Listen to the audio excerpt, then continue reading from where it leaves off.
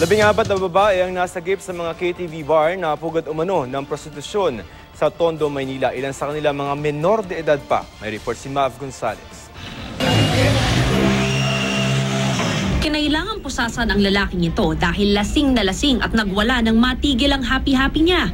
Ni-raid kasi ang iniinuman niyang KTV bar sa Tondo, Maynila kagabi dahil may prostitusyon umanong nagaganap dito. 3 bar ang sinalakay ng pulisya at may mga inabutan pang menor de edad na nagtatrabaho rito.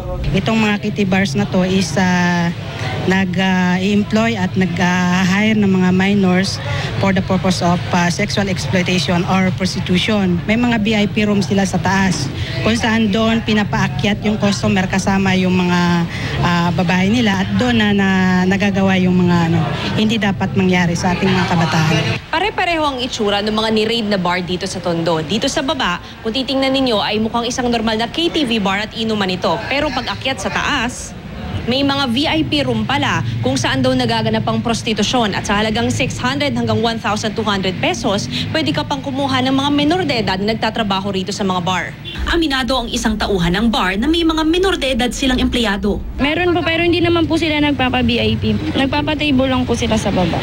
Ang ibang babae na nasa wastong edad na raw ang nagbibigay ng VIP service sa mga customer. 14 na babae ang nasagip sa operasyon at dinala sa Camp Crame. Inaalam pa kung ilan sa kanila ang menor de edad.